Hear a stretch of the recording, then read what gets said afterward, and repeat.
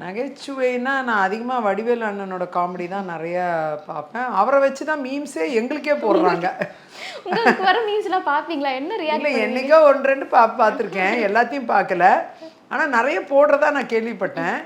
1, 2 memes போடுறாங்க. பரவாயில்ல, நல்லா தான் இருக்குது அந்த மீம்ஸ் எல்லாம். என்ஜாய் பண்ணிட்டு ஆமாம் போயிடலாம். ஆமாம், நான் ரசித்து பார்த்துட்டு இருப்பேன். என்ன வேணால் போடுங்க இது மீம்ஸு. அது ரசிக்க கேவலமாக இருக்கக்கூடாது.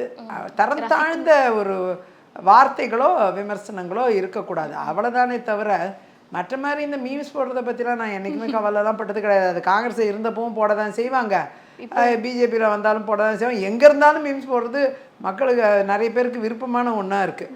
அது கொஞ்சம் ஆரோக்கியமாக மீம்ஸ் போட்டால் நல்லாயிருக்கும்.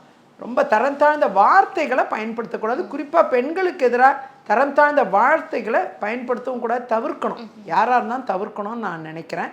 அதை மட்டும் அவங்க கடைப்பிடிக்கட்டும். சிரிக்கிற மாதிரி என்ன மீம்ஸ் போட்டாலும் ஒன்றும் இல்லை, அதெல்லாம் பற்றி நம்ம கவலைப்படுறது இல்லை.